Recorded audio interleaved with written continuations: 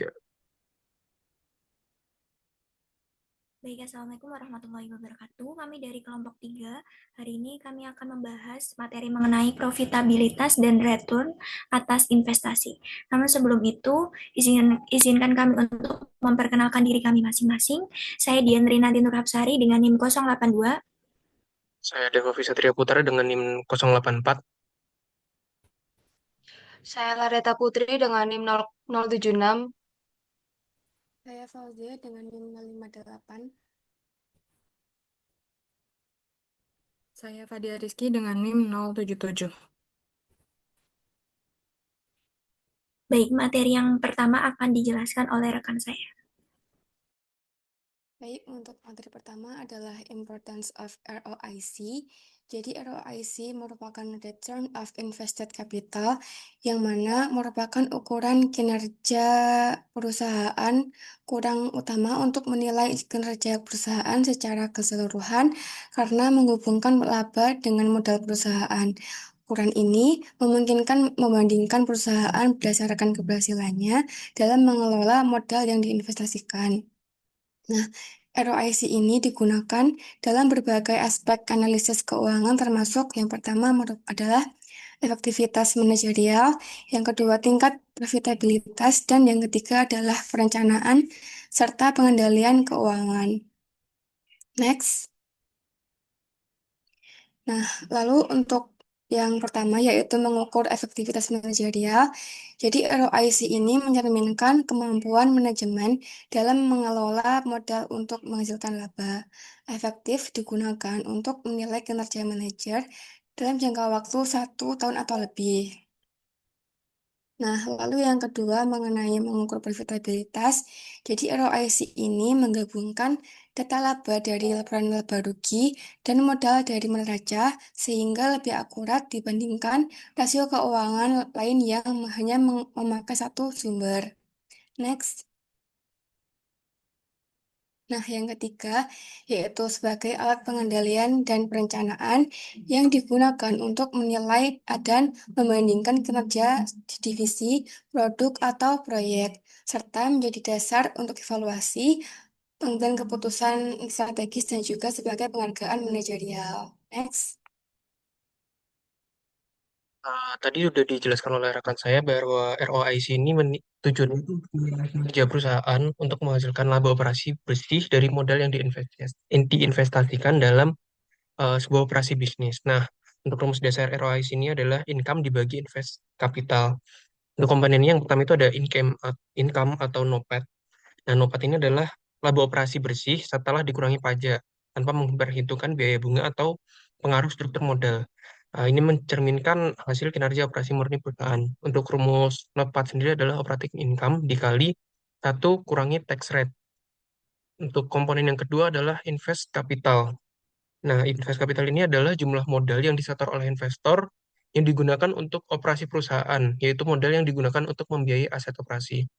Rumusnya adalah invest capital sama dengan net operation asset sama dengan operating asset dikurangi operating liability. Selanjutnya adalah eh, dua komponen lain dari ROIC adalah yang pertama adalah NOPAT margin. Nah, rumus dari NOPAT margin ini adalah revenue dibagi NOPAT.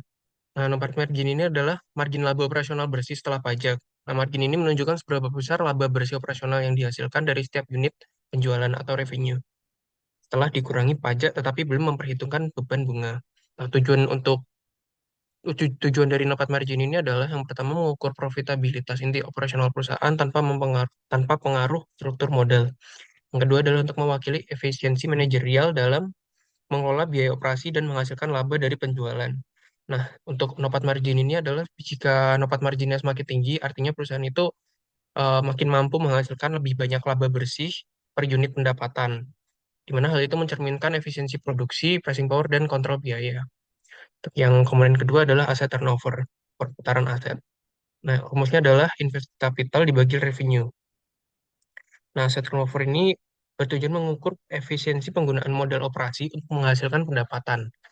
Ini menunjukkan beberapa kali perusahaan memutar modal yang diinvestasikan dalam aset operasi untuk menghasilkan penjualan.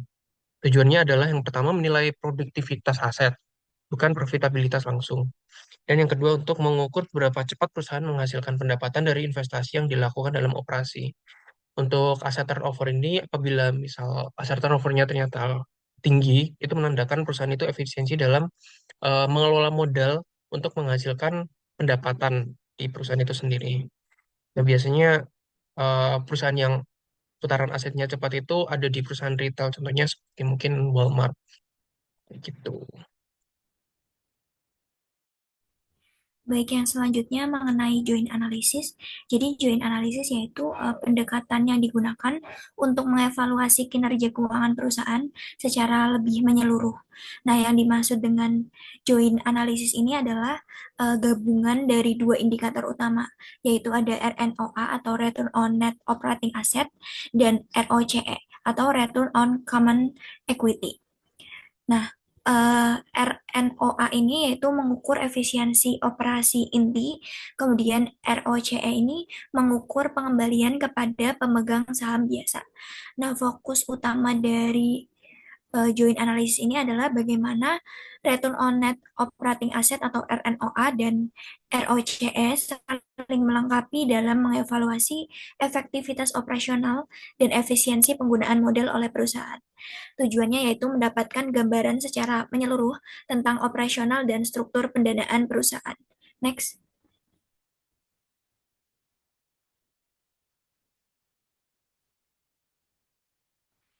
Nah, selanjutnya alasan pentingnya joint analysis. Yang pertama, karena masing-masing indikator itu punya fokus yang berbeda-beda. Nah, yang pertama ini ada RNOA menggambarkan kemampuan operasional perusahaan tanpa tanpa adanya campur tangan utang. Kemudian yang selanjutnya itu ada ROCE mencerminkan nilai yang diterima pemegang saham dengan memperhitungkan efek dari leverage atau utangnya.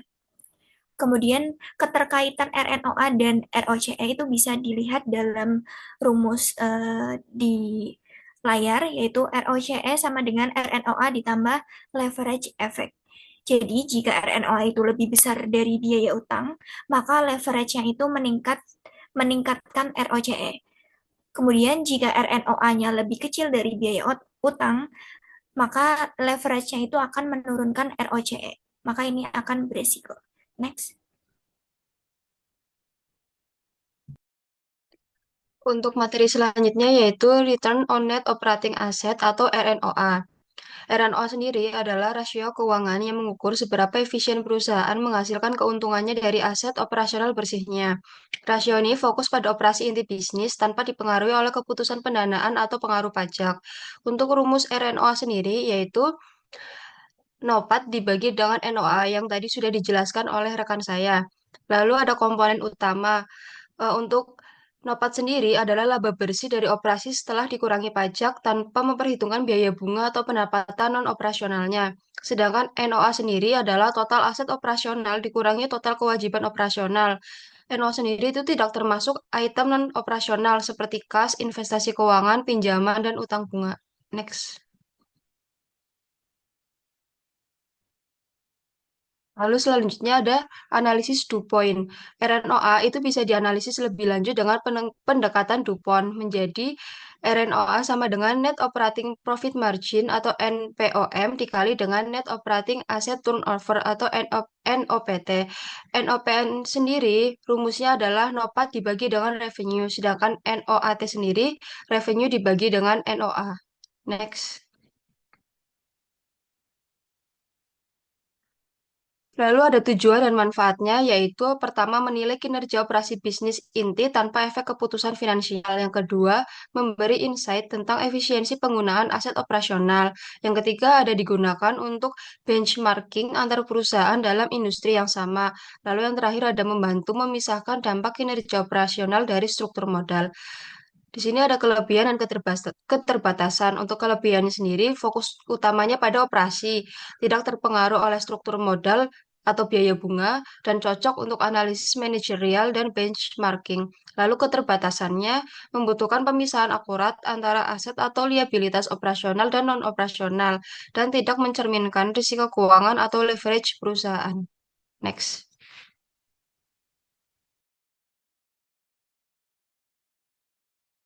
Oke, selanjutnya adalah Return on Common Equity atau ROCE, di mana ROCE ini merupakan rasio yang mengukur pengembalian atau return yang diperoleh pemegang saham biasa dari investasi mereka ke dalam ekuitas perusahaan. ROCE ini rumus dasarnya adalah net income dikurang preferred dividends dibagi dengan average common shareholders equity. ROCE itu penting karena pemegang saham itu biasanya hanya mendapatkan hak atas atas laba sisa setelah semua kewajiban dan dividennya itu kutu- mohon maaf. eh ROCE itu penting karena pemegang saham biasa hanya mendapatkan hak atas laba sisa setelah semua kewajiban dan juga dividen preferennya itu dibayarkan. Nah, relevansi ROC itu dalam penilaian ekuitas dapat dilihat rumusnya sebagai berikut, di mana V merupakan nilai perusahaan, BV adalah nilai buku ekuitas pegang saham, NI adalah laba bersih, K itu biaya modal ekuitas atau imbal hasil yang diharapkan pemegang saham atas investasinya. Nah, kemudian dari rumus ini kita dapat sajikan kembali dalam bentuk future ROCE yang teman-teman bisa lihat di slide presentasinya. Oke, next. Oke, selanjutnya adalah disagregasi ROCE. Disagregasi ini untuk analisis yang lebih tajam. ROCE itu dapat diuraikan menjadi dua komponen utama, yaitu ROCE sama dengan RNOA ditambah LAVI dikali spread. RNOA itu untuk mengukur kinerja operasional inti perusahaannya, di mana kemudian leverage itu rasio antara kewajiban keuangan bersih atau NFO dengan ekuitas biasa. Kemudian ada spread, yaitu selisih antara RNOA dan juga biaya dana atau NFR dikurang net financial rate. Nah, selanjutnya adalah dari disagregasi eros ini ada pandangan alternatif yang dapat disajikan oleh persamaan setara berikut, di mana ROCE itu sama dengan adjusted profit margin dikali asset turnover dikali leverage. Penjabarannya teman-teman bisa lihat di slide.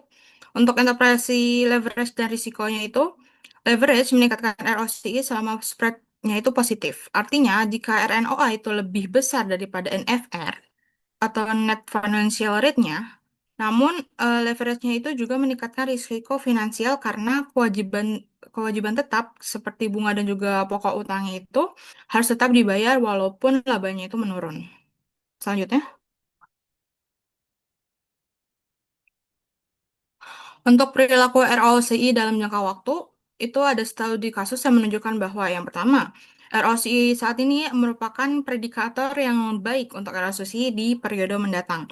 Yang kedua adalah dalam jangka panjang, ROCE itu cenderung mendekati rata-rata industri akibat persaingan. Kemudian yang terakhir adalah variasi ROCE itu lebih banyak disebabkan oleh perusahaan dalam RNOA dibandingkan dari faktor leverage-nya.